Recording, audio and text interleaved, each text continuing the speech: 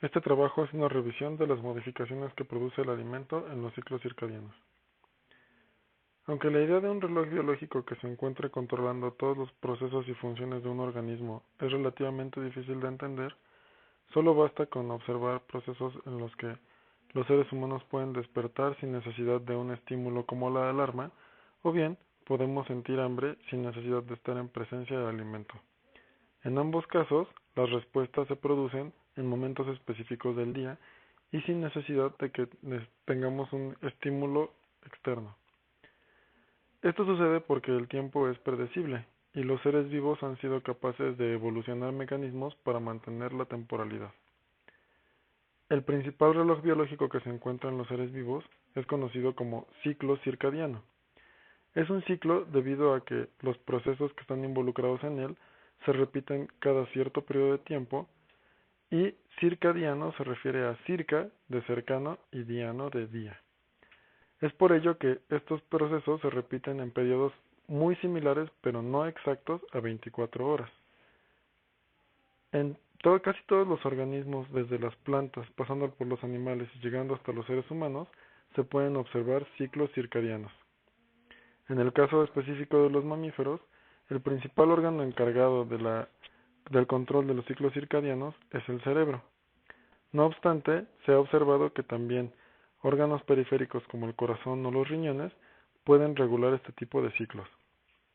En el caso específico de los humanos, las alteraciones en su comportamiento debido a situaciones tales como el cambio de horario en un trabajo, o bien el cambio de zona horaria debido a un viaje largo o intercontinental, pueden alterar el funcionamiento de los ciclos circadianos.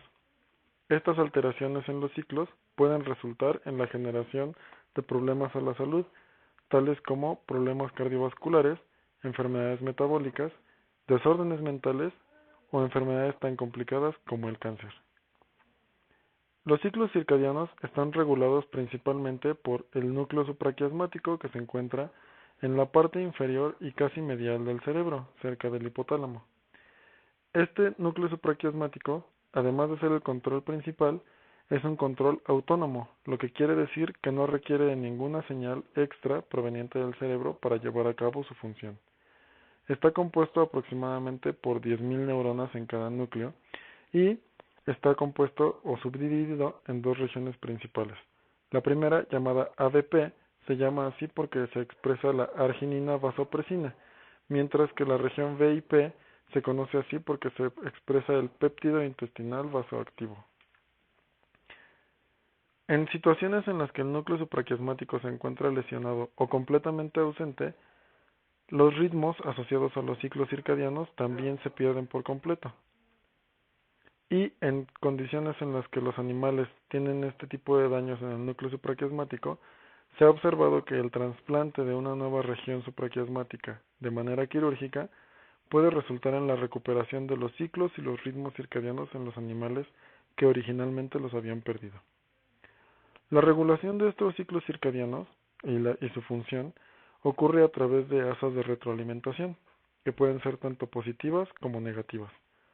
Las asas de retroalimentación positiva implican que cuando una proteína o un gen comienza a aprenderse o a expresarse, inducirá o provocará el encendido de otros genes que están detrás de él o debajo de él. Mientras que las asas negativas implican que cuando un gen se enciende, otro gen necesariamente será apagado por el que se encendió. En el caso de los ciclos circadianos, las asas positivas están representadas por los genes clock y BMAL, mientras que las negativas están representadas por los genes PER y CRI. Estos genes son conocidos como genes de reloj o genes de ritmo, y por sus siglas en inglés se conocen como CCGs. La manera en que funcionan es la siguiente. Clock se encuentra todo el tiempo prendido en las células, mientras que BMAL se encuentra solo prendido en las noches. Cuando Clock y BMAL están juntos, pueden viajar hacia el núcleo y encender a los genes CRI y PER. CRI y PER, a su vez, pueden salir del núcleo y formar un complejo en el exterior, y una vez en ese complejo pueden volver a ingresar al núcleo, y lo que sucede es que ellos mismos apagan a sus genes, es decir, se apagan a sí mismos, por eso la retroalimentación negativa. Al mismo tiempo, la proteína reverb está controlada también por clock. Reverb se puede unir a una región llamada ROR que está específicamente en B mal, y de esta manera se puede apagar a B mal. Este tipo de situaciones y de controles positivos y negativos resultan en gráficas de expresión como estas, en las que PER1 y PER2 pueden verse expresados en la primera mitad del día y una vez que baja su expresión, se incrementa la expresión de B mal.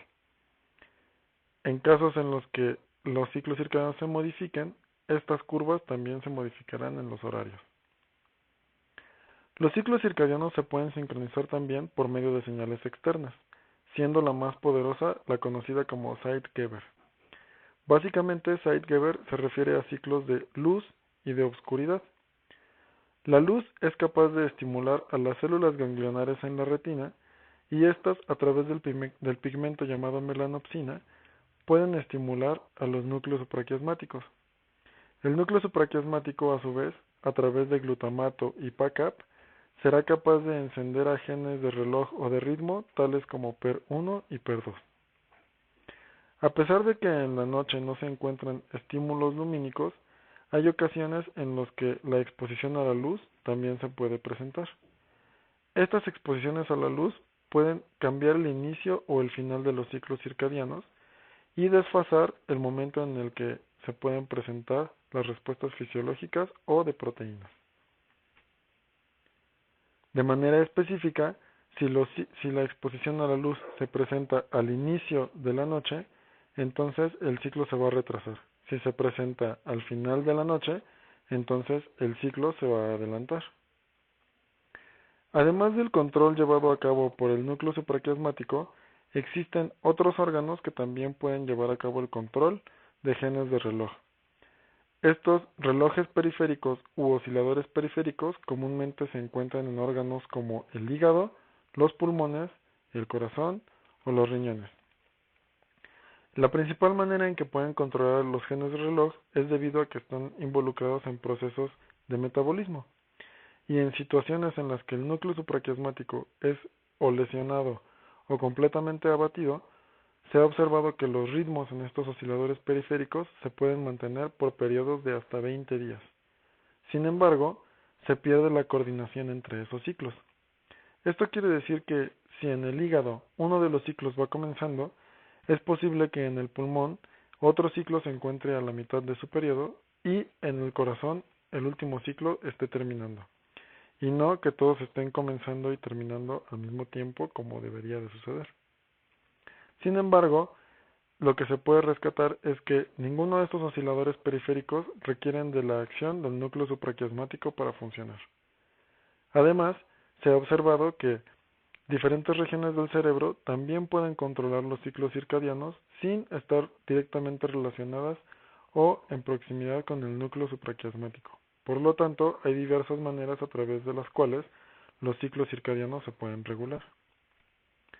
No obstante, el núcleo supraquiasmático puede regular otro tipo de ciclos a través de su control principal. Este es el control de los ciclos de descanso y de alerta, que están íntimamente ligados a los ciclos de obscuridad y de luz. Cuando el núcleo supraquiasmático puede regular estados de alerta y de descanso, también puede regular entonces ciclos de alimentación que estarían claramente asociados a los ciclos de alerta. Sin embargo, se ha observado que al estimular osciladores periféricos, también se pueden generar cambios en el núcleo supraquiasmático. Por ejemplo, en casos en los que se añade adrenalina a regiones próximas al hígado, se ha visto que diferentes nervios pueden llevar la señal hasta el núcleo supraquiasmático. Y una vez que se eliminan los nervios, la señal en el núcleo se pierde. La manera principal de ver otro tipo de regulación a través de la alimentación, y que sería en sentido contrario, no del núcleo supraquiasmático regulando alimentación, sino alimentación regulando el ciclo circadiano, es la restricción en las horas de alimento. En experimentos en los que a los animales o a los ratones se les da de comer durante cortos periodos de tiempo y una sola vez en un día, se ha observado que los animales pueden desarrollar una actividad anticipándose a la hora en que serán alimentados. Esto ocurre de manera muy puntual y los animales pueden cambiar su comportamiento pocos momentos antes de que les sea administrado el alimento. Esta actividad cambiada resulta también en la alteración o desfase de los ciclos circadianos, tanto en las respuestas fisiológicas como en los genes que se expresan en los osciladores periféricos, como el corazón o el hígado, e incluso pueden llegar a generar cambios en el núcleo supraquiasmático que está en el cerebro. Estos cambios pueden deberse a diferentes factores, tales como la cantidad de glucocorticoides, la liberación de factores de crecimiento o la adición de otro tipo de compuestos, tales como la forscolina. La restricción de alimento también puede inducir cambios importantes en la cantidad de glucosa y de insulina que se encuentra tanto en la sangre como en órganos importantes del metabolismo, tales como el hígado. Esta restricción de alimento entonces produce una alteración del ciclo circadiano y eso puede ser a través de dos vías principales, que serían la modificación por oxidaciones y el cambio en la temperatura. En el caso de la modificación por oxidación y reducción de las proteínas, las oxidaciones es bien conocido que pueden alterar la actividad de una proteína y por tanto pueden resultar en el encendido o apagado de genes específicos, en este caso genes ritmo. En el caso de la temperatura, también se ha observado que la modificación de la temperatura puede resultar en la modificación de los genes. Sin embargo, no es muy bien conocido el mecanismo a través del cual la temperatura puede inducir estos cambios. Estos cambios se verían tanto en osciladores periféricos como en el hígado, como en osciladores centrales como en el núcleo supraquiasmático. Los experimentos con animales que tienen restricción de alimento ya se ha mencionado que resultan en la anticipación de la hora en la que lo recibirán. Esta anticipación se ve como un incremento en la actividad locomotora, por lo tanto los animales tienen un mayor movimiento, un incremento en la temperatura y un aumento en la tasa metabólica o en los procesos metabólicos de los animales. Todos estos incrementos se conocen en conjunto como actividad anticipatoria al alimento. Y es importante determinar si esta actividad anticipatoria también está regulada o asociada a alguna temporalidad por un reloj biológico o algún ciclo o ritmo. Es importante mencionar que en casos en los que el núcleo supraquiasmático no se encuentra completamente activo, la actividad anticipatoria al alimento se sigue presentando. Por lo tanto, esto lleva a pensar que existe otro controlador de la actividad anticipatoria y ese controlador se encuentra en el oscilador sincronizado por alimento o FEO por sus siglas en inglés. Este FEO mantiene la actividad anticipatoria al alimento y a pesar de que se encuentra en el cerebro, no se encuentra en una región específica del cerebro. Más bien se piensa que es parte de una red interconectada de diferentes regiones que a través de esas interconexiones pueden enviar estímulos por nervios a los osciladores periféricos, específicamente osciladores periféricos que están relacionados con procesos metabólicos en los organismos, ya que esa sería la manera más clara a través de la cual se podría inducir la actividad anticipatoria al alimento. Aunque se conoce o se ha hipotetizado que el FEO se encuentra en regiones interconectadas del cerebro, también se han hecho experimentos en los que se han dañado regiones como el puente cerebral y se ha observado que se pierde hasta cierto punto la actividad anticipatoria al alimento. Sin embargo, no se cree que el puente sea la región en donde se encuentra el FEO, sino que más bien se trata de un relevo entre el sistema digestivo y el cerebro para llevar a cabo esta actividad. Sin embargo, otras regiones tales como el núcleo dorsomedial hipotalámico sí está más relacionado con la actividad anticipatoria, debido a que lesiones en esta región claramente eliminan la actividad anticipatoria al alimento. Y no solo eso, sino que se ha observado que las lesiones en esta región también resultan en alteraciones en el control de la temperatura, del movimiento y de los ciclos de sueño y de alerta. Por lo tanto, esta región hipotalámica estaría más cercanamente relacionada con el FEO. Además de ello, lo importante del FEO es que se ha observado que no necesita de la actividad de genes importantes para el núcleo supraquiasmático, tales como CLOC o CRI. Sin embargo, genes como PER2, que están bastante relacionados con el establecimiento de ciclos de luz y de obscuridad, parecen estar más importantemente ligados a la actividad anticipatoria del alimento. En casos en los que estos genes son borrados o dañados, se ha observado que esta actividad anticipatoria del alimento se pierde o al menos se reduce. Otro tipo de genes que también podrían estar relacionados con este tipo de situaciones o con la actividad anticipatoria del alimento son BMAL1 y proteínas conocidas como orexinas, que han estado asociadas a casos de narcolepsia en ratones y en perros. Por lo tanto, estarían relacionadas con el control de ciclos de sueño y de alerta.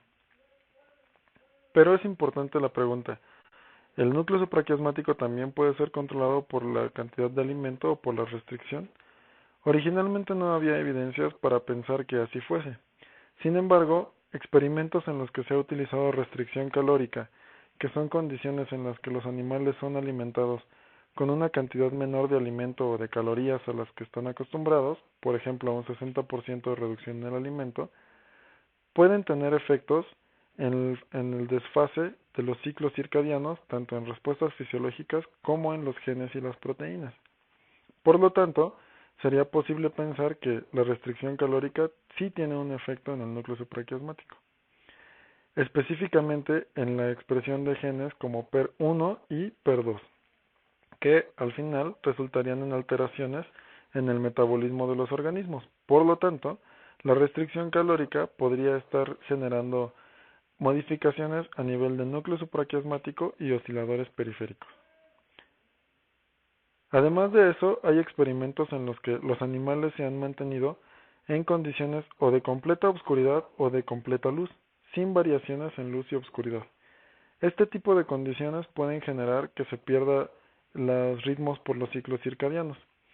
Sin embargo, en estos casos, en los que se pierden los ritmos y por tanto no hay un control claro acerca de los procesos en los organismos, se ha observado que restricción calórica o restricción de alimento puede eliminar estas variaciones en los ritmos y restablecer la función de los ciclos circadianos en animales que originalmente habían perdido este tipo de funciones.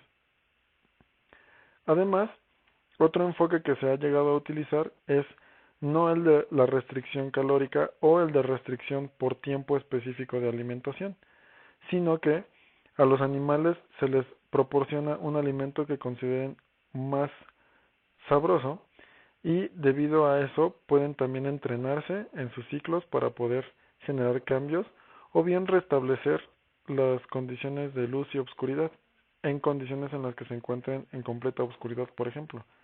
Por lo tanto, no es necesario hacer una restricción o del tiempo de alimentación o de la cantidad de alimento, sino que también se puede utilizar el alimento como un premio para poder establecer una coordinación clara de los ciclos circadianos a través de recompensas con alimentos que sean más deliciosos para los animales. El único problema de este enfoque es que requiere una mayor cantidad de tiempo para establecer o para restablecer los ciclos circadianos en los animales. Como conclusión, los cambios o el comportamiento de los seres humanos que implica alteraciones en el ciclo circadiano, tales como cambios de horario en el trabajo o bien viajes intercontinentales que impliquen movimientos entre zonas horarias, puede alterar los ritmos y los ciclos circadianos de los seres humanos.